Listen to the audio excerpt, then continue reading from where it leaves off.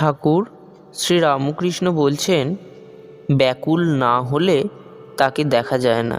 এই ব্যাকুলতা ভোগান্ত না হলে হয় না।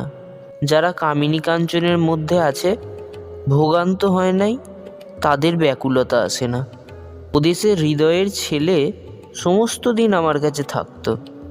4-5 বছরের ছেলে আমার সামনে এটা ওটা খেলা করতো, একরকম ভুলে থাকতো। যেই সন্ধ্যা হয় অমনি বলে মা যাব। আমি কত বলতুম পায়রা দেবো, এইসব কথাই সে ভুলতো না। কেঁদে কেঁদে বলতো মা যাব। খেলা টেলা কিছুই ভালো লাগছে না।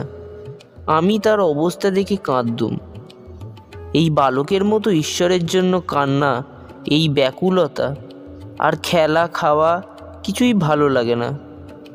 ভোগান্তে এই ব্যাকুলতা ও তার জন্য কান্না।